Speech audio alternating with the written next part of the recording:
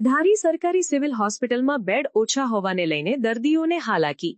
ધારી ખાતે અદ્યતન સિવિલ હોસ્પિટલનું નિર્માણ કરવામાં આવ્યું હતું, પરંતુ અહીં દર્દીઓ માટે બેડની વ્યવસ્થા એકદમ ઓછી છે। ધારી તાલુકો 69 ગામડાઓ સાથે જોડાયેલો તાલુકો છે। હાલ સરકારી હોસ્પિટલ ખાતે પ્રત્યેક દિવસે 400 થી 500 દર્દીઓ અહીં સારવાર લેવા માટે આવે છે। ડોક્ટર તેમજ નર્સ અને હોસ્પિટલનો સ્ટાફ અહીં ખૂબ જ પ્રેમાળ જોવા મળે છે, પરંતુ દર્દીઓની સારવાર માટે અહીં બેડની વ્યવસ્થા માત્ર 30 જ છે। હાલ ઉનાળાની સિઝન ચાલુ હોય, લૂ લાગવાના બનાવો, ઇમરજન્સી સારવારના બનાવો તેમજ ડિલિવરી સહિતના દર્દીઓની અવરજવર અહીં ખૂબ જ મોટા પ્રમાણમાં જોવા મળે છે। હાલ બેડની સંખ્યા ઓછી હોવાને લઈને દર્દીઓને બહાર બાટલા ચઢાવવાની ફરજ પડે છે। ધારીના ગ્રામજનોની માંગણી છે કે તાત્કાલિક અસરથી બીજા વધારાના બેડની વ્યવસ્થા ઊભી કરવામાં આવે, જેથી દર્દીઓને યોગ્ય પ્રમાણમાં સારવાર મળી રહે। હાર્દિક વાઘેલા છે, ગામ નવાપરા ધારી। દવાખાનાનું કામ પણ ચાલુ છે। અહીંયા બેડ ઓછા હોવાથી મુશ્કેલી મુકાય છે।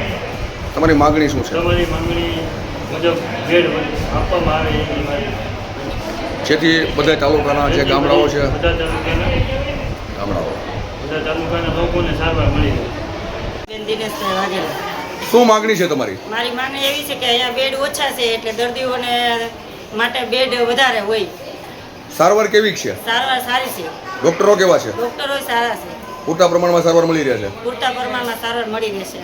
સમાચારની અવનવી અપડેટ જોતા રહો નિખરતા ગુજરાત ન્યૂઝ સાથે। નિખરતા ગુજરાત ન્યૂઝને લાઇક, શેર, સબસ્ક્રાઇબ કરો અને બેલ આઇકન દબાવીને સમાચારની ઝડપી માહિતી મેળવો।